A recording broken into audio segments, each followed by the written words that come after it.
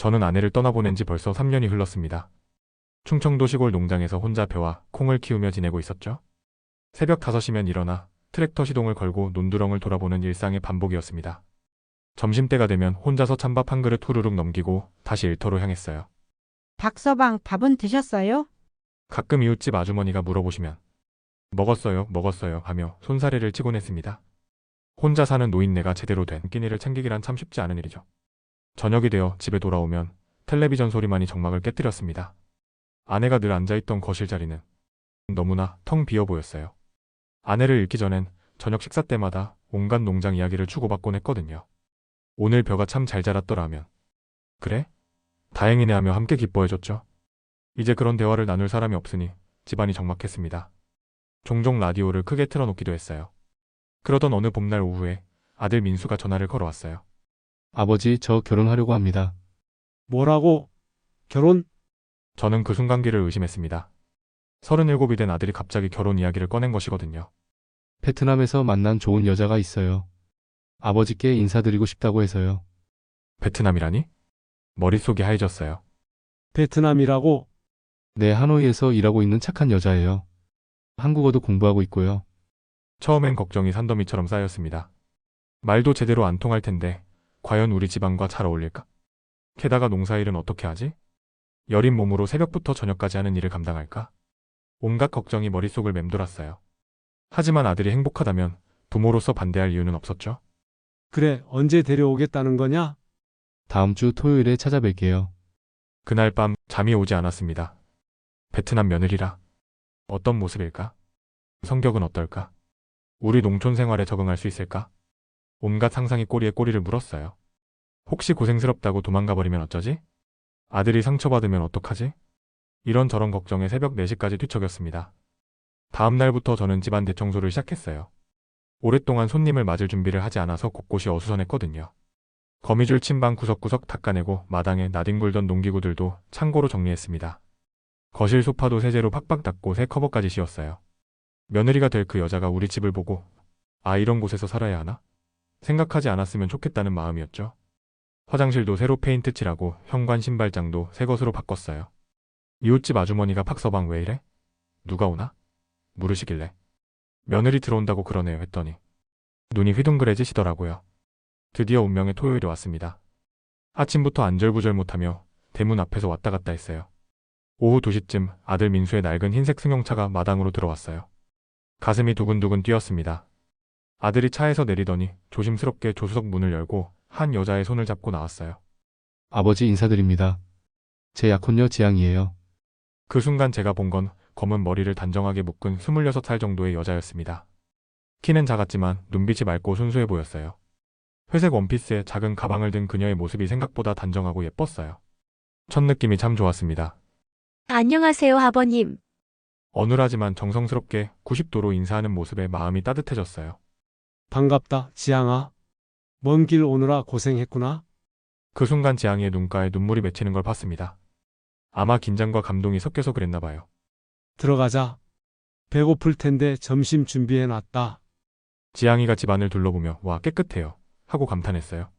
며칠간 청소한 보람이 있었던 것 같습니다.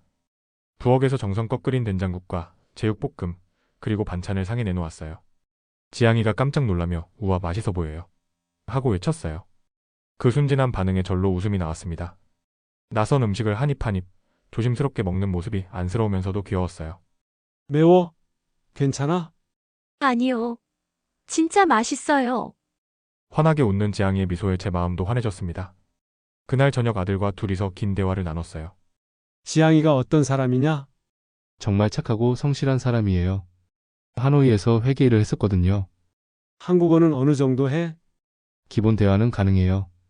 매일 공부하고 있고요. 요리도 배우고 싶어 해요. 아들 말을 들어보니 지향이가 참 괜찮은 여자 같았습니다. 무엇보다 성실하다는 게 좋았어요. 그런데 왜 베트남 여자가 한국으로 시집 오려고 하는 거냐? 가족들을 도와주고 싶어 해요. 집안 형편이 어렵거든요.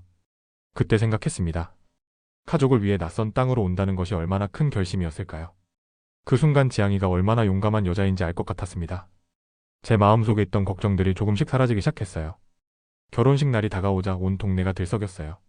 박서방 며느리 어디서 데려오는 거야? 베트남에서 온다고 하더라고. 베트남? 말은 통해?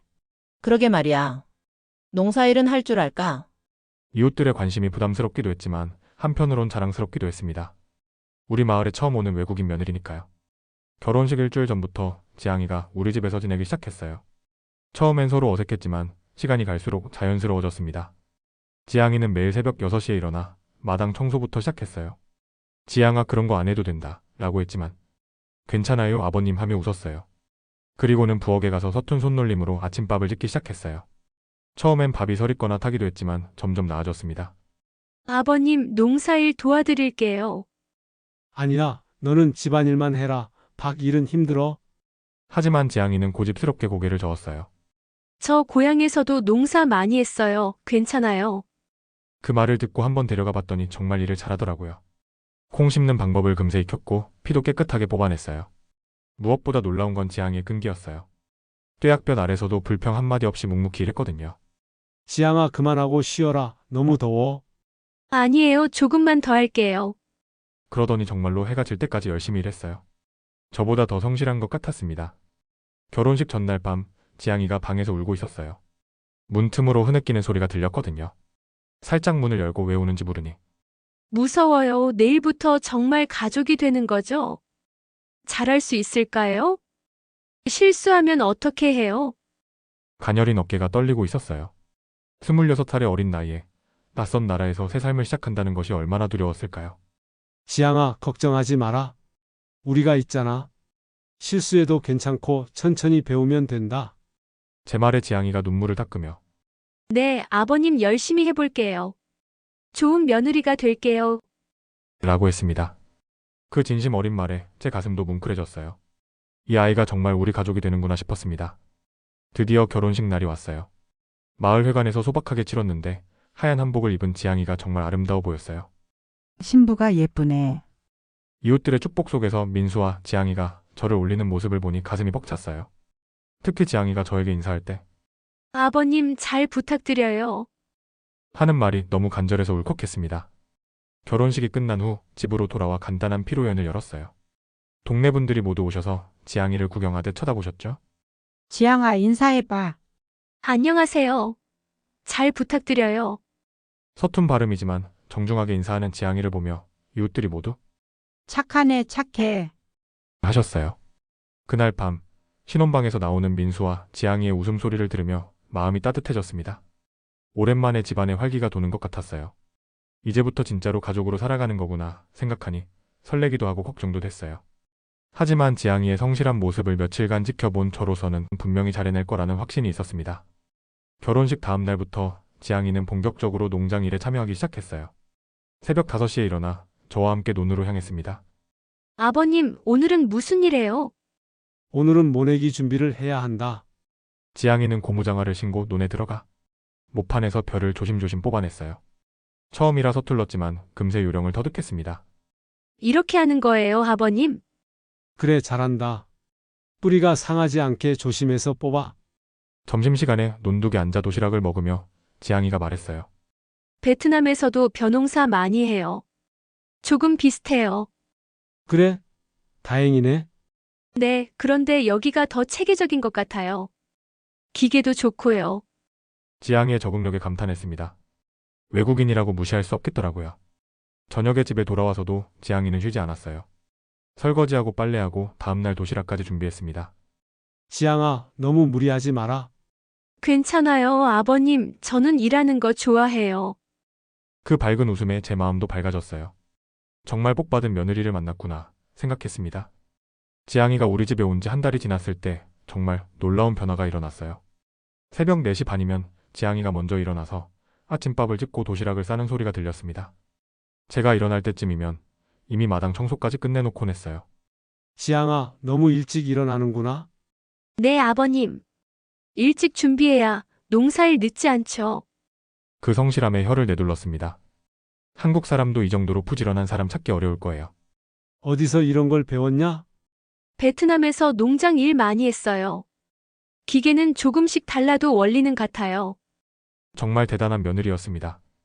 제가 30년 농사 지으며 혼자 하던 일을 지향이가 와서 절반으로 줄여놨어요. 논일이 끝나고 밭일을 할 때도 마찬가지였어요. 어떤 작물이든 지향이는 금방 적응했습니다. 무엇보다 감동적이었던 건 지향이의 꼼꼼함이었어요. 제가 대충 넘어갈 법한 작은 일까지 완벽하게 해냈어요. 예를 들어 비닐하우스 안 토마토 가꾸기 같은 섬세한 일도 저보다 잘했어요. 물주기부터 가지치기까지 정말 정성스럽게 했습니다. 지향이는 어쩜 이렇게 꼼꼼하냐? 아버님, 일은 정성스럽게 해야 좋은 결과 나와요. 이 말을 듣고 부끄러웠어요. 오랫동안 혼자 농사지으면서 대충대충 하는 습관이 생겼는데 지향이를 보니 반성이 됐거든요.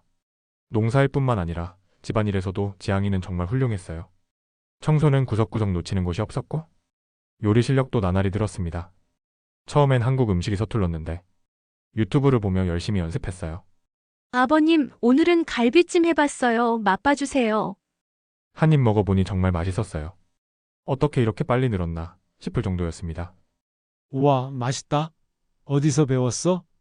유튜브 보고 배웠어요. 오빠가 좋아할 것 같아서요.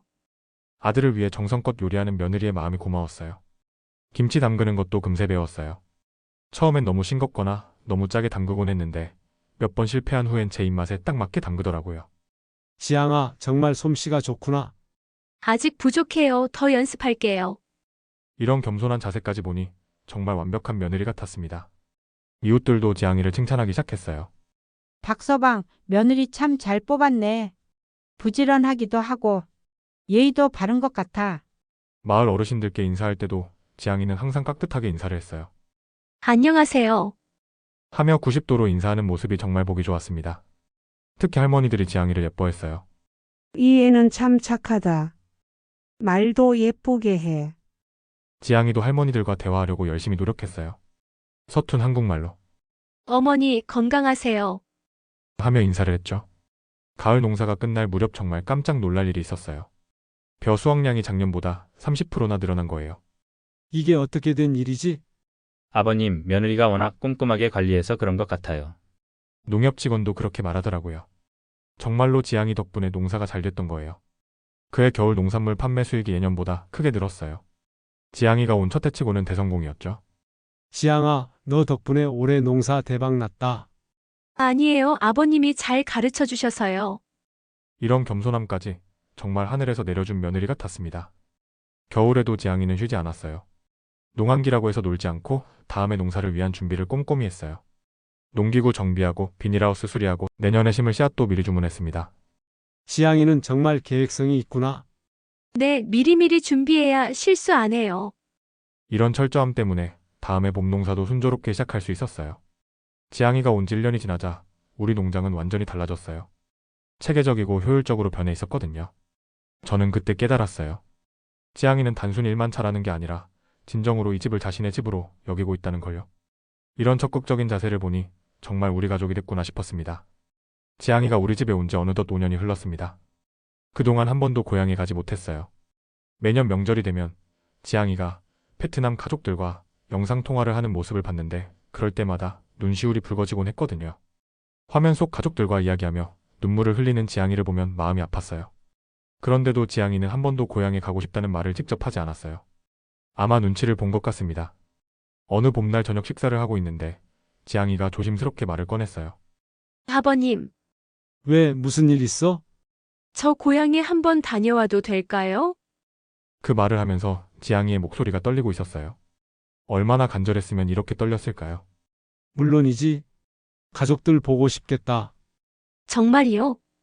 혹시 농사일 바쁠 때라서. 지향아, 너도 사람인데 5년이나 고향을 못 가면 얼마나 그리웠겠어? 당연히 가야지.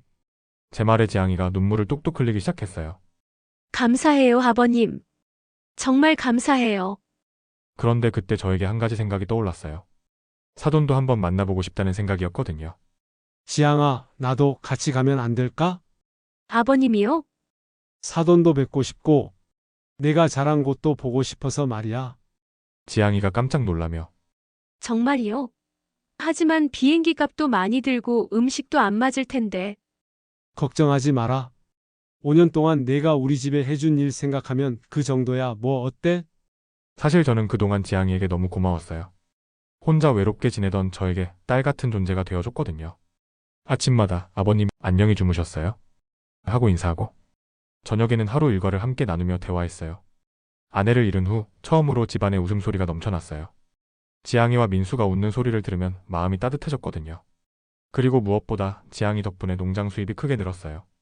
꼼꼼한 관리로 품질 좋은 농산물을 생산할 수 있었고 시장에서도 인정받았습니다. 좋아, 그럼 언제 갈까? 11월이면 농사일 조금 한가할 텐데. 그래, 11월에 가자.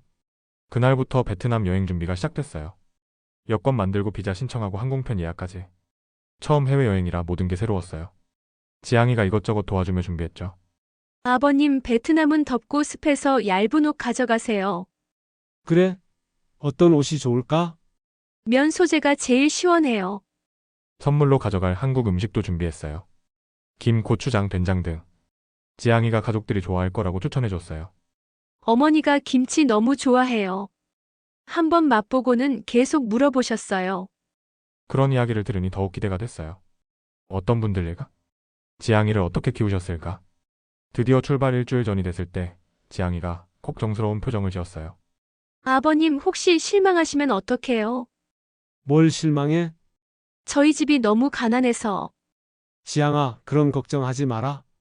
가난하고 부유하고가 뭐가 중요해? 너를 키워주신 고마운 분들이잖아. 제 말에 지향이가 안심하는 표정을 지었어요. 하지만 여전히 걱정스러워 보였죠. 제 고향이 시골이라 불편하실 텐데. 나도 시골 사람인데 뭐가 불편해? 오히려 편할 거야. 출발 전날 밤 지향이가 5년 만에 고향 친구와 통화하는 걸 들었어요. 베트남어로 대화하니 무슨 말인지 모르겠지만 지향이가 무척 신나 보였어요. 내일 아버님과 함께 간다고 자랑하는 것 같았어요. 친구들도 신기해하는 눈치였죠. 통화를 끝낸 지향이가 아버님, 친구들이 정말 궁금해해요. 한국 아버님이 어떤 분인지. 그래? 뭐라고 했는데? 정말 좋은 분이라고 했어요. 그 말을 들으니 가슴이 뭉클했어요. 저 역시 지향이 덕분에 외롭지 않게 지낼 수 있었는데 지향이도 저를 가족으로 생각해주고 있다니. 드디어 출발 당일 새벽 5시에 인천공항으로 향했어요. 처음 타보는 비행기라 설렜습니다. 비행기가 뜰 때 정말 무섭더라고요. 하지만 지향이가 옆에서 차근차근 설명해줘서 금세 적응했어요. 저기 보세요. 구름이 솜사탕 같죠? 창밖을 바라보며 지향이가 신나게 말했어요. 3시간 30분 후 베트남 하노이에 도착했습니다. 후덥지근한 공기가 확 달려들었어요.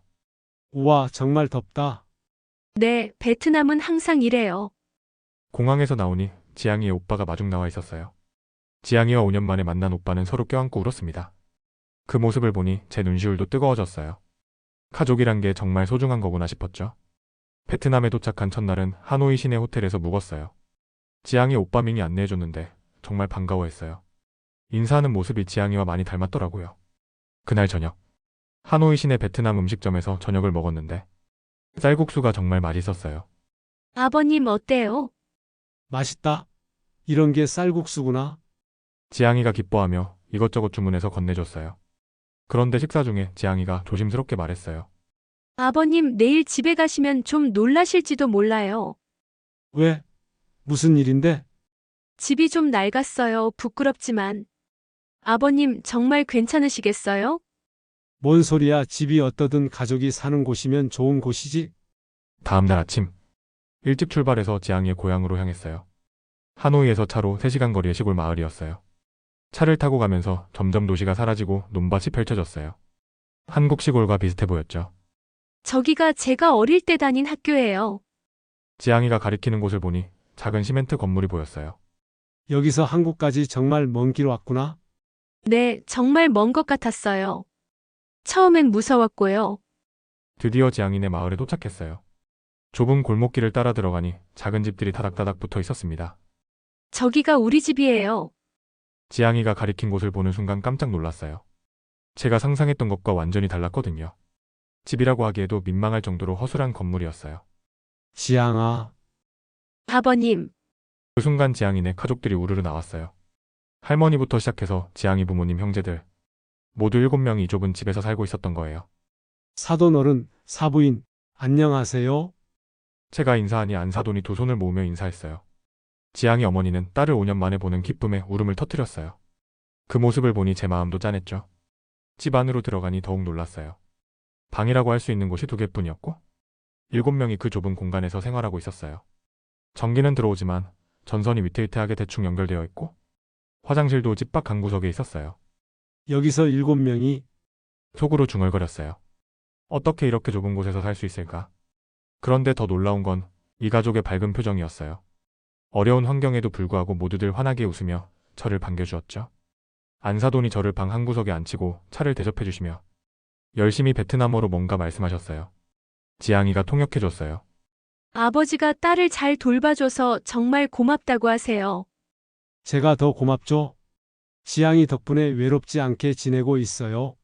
사돈 어른이 제 손을 꽉 잡고 눈물을 흘리시는 걸 봤어요. 말은 안 통해도 마음은 통하는 것 같았습니다. 점심을 함께 먹으며 이야기를 나눴는데 지양이 가족의 생활을 들어보니 정말 어려웠어요. 아버지는 농사일을 하시지만 논이 작아서 수입이 많지 않고 어머니는 동네에서 부업을 하신다고 했어요. 1년 수입이 얼마나 될까? 지양이에게 물어보니 한국 돈으로 200만 원 정도요. 라고 하더라고요. 7명이 200만 원으로 1년을 산다니. 상상할 수 없는 일이었어요. 그런데 더 놀라운 건 이 가족이 불평하지 않는다는 점이었어요. 오히려 딸 지양이가 한국에서 잘 지낸다는 소식에 기뻐하며 저에게 감사해했어요. 저녁 식사 후 마을을 산책하며 지양이가 어린 시절 이야기를 해줬어요. 아버님, 저기가 제가 친구들과 놀던 연못이에요. 저 나무에서 망고 따먹었어요. 지양이의 추억이 담긴 곳곳을 보니 이 마을이 얼마나 소중한 곳인지 알 것 같았어요. 그날 밤 사돈 집에서 잠을 잤는데 새벽에 빗소리가 들렸어요. 그런데 비가 오자 온 집안이 난리가 났어요. 지붕에서 물이 새기 시작한 거죠. 사돈 가족들이 모두 일어나서 양동이며 대야를 가져다 놓고 물을 받았어요. 이런 일이 자주 있어? 지양이에게 물으니 장마철엔 자주 그래요. 밤새 물을 퍼내야 해요. 라고 했어요. 그 모습을 보니 가슴이 먹먹했어요. 지양이가 왜 그렇게 성실하고 꾸준한지 이제야 알 것 같았어요. 이런 어려운 환경에서 자란 아이가 한국에 와서 그 성실함으로 우리 가정을 일으켜 세운 거였어요. 며칠을 머물며 사돈 가족과 더 친해졌는데 정말 좋은 분들이었어요. 어려운 중에도 서로 돕고 사는 모습이 아름다웠죠. 하지만 생활 환경은 정말 열악했어요. 하루는 하늘이 뚫린 듯 비가 쏟아졌는데 집 안 곳곳에서 물이 새어들어 바닥이 온통 물바다가 됐어요. 사돈이 웃으며 괜찮다, 괜찮다 하시지만 어떻게 이런 곳에서 계속 살 수 있을까 싶었어요. 그날 밤 잠을 못 이루며 생각했어요. 지양이가 5년 동안 우리 집에서 얼마나 열심히 살았는지, 그리고 그 모든 노력의 이유가 바로 이 가족을 위해서였다는 걸 깨달았어요. 베트남에서 사흘을 보내며 사돈 가족과 정말 가까워졌어요. 말은 안 통해도 마음은 통했거든요. 특히 안사돈이 매일 정성스럽게 음식을 만들어주셨는데 한국에서 가져간 김치를 정말 좋아했어요. 지양이 아버지는 저와 나이가 비슷하셨는데 농사 이야기로 금방 친해졌어요. 손짓 발짓으로 대화했지만 통하더라고요. 벼농사 힘들죠? 제가 말하니 고개를 끄덕이셨어요. 그런데 하루는 사돈이 걱정스런 표정으로 무언가를 말씀하시는 거예요. 지양이가 통역해줬는데 아버지가 요즘 장마가 심해서 걱정이라고 하세요. 집이 더 상할 것 같다고요. 그 말을 들으니 가슴이 먹먹했어요. 이미 너무 낡은 집인데 장마까지 겹치면 어떻게 버텨낼까 싶었죠. 그날 밤 지양이와 긴 대화를 나눴어요. 지양아, 너희 가족은 정말 좋은 분들이구나. 네, 어려워도 항상 밝아요. 그런데 집이 너무 위험한 것 같은데? 저도 걱정돼요. 할머니도 연세가 많으시고. 지양이의 표정이 어두워졌어요.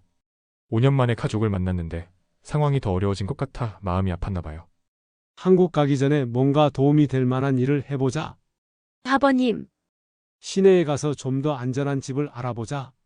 지양이가 깜짝 놀라며 아버님, 그런 건 너무 부담되세요. 부담이 아니야. 5년 동안 내가 우리 집에 해준 일 생각해봐라. 다음날 아침 지양이 오빠와 함께 하노이 시내로 나갔어요. 부동산 중개업소를 몇 군데 돌아보며 적당한 집을 찾아봤죠. 처음엔 너무 비싸서 놀랐어요. 하노이 시내는 집값이 만만치 않더라고요. 하지만 시외곽 조금 나간 곳에서 괜찮은 집 한 채를 발견했어요. 벽돌로 지은 2층 단독주택이었죠. 이 집 어떤가? 중개업자에게 물어보니 7명이 살기에 적당하다고 하더라고요. 집을 구경해보니 지금 사는 곳보다 훨씬 나았어요. 방도 3개나 있고 화장실도 집 안에 있었거든요. 무엇보다 지붕이 튼튼해서 비가 와도 새지 않을 것 같았어요. 이 집으로 결정하자. 밍이 놀라며 핸드폰 통역기로 물었어요.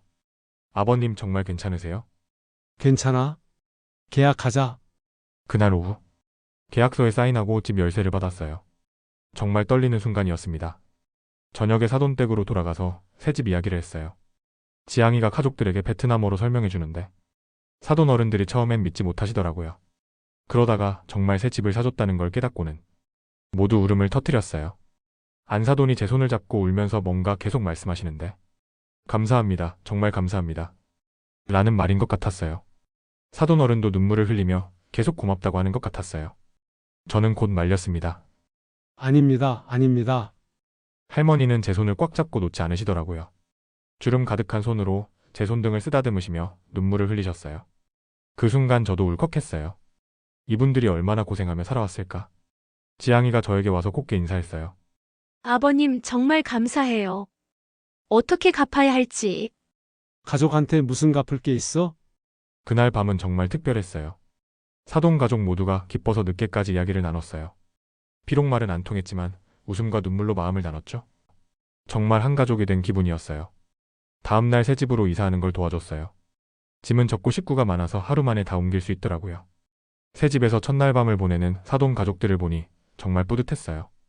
비가 와도 안전하고 전기도 안정적으로 들어오는 집이었거든요. 한국으로 돌아가는 날 아침 온 가족이 배웅 나왔어요. 지향이는 눈물을 글썽이며 가족들과 작별 인사를 했죠. 비행기 안에서 지향이가 저에게 말했어요.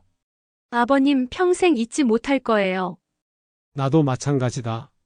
좋은 사람들이야. 정말 감사해요. 어떻게 이런 은혜를.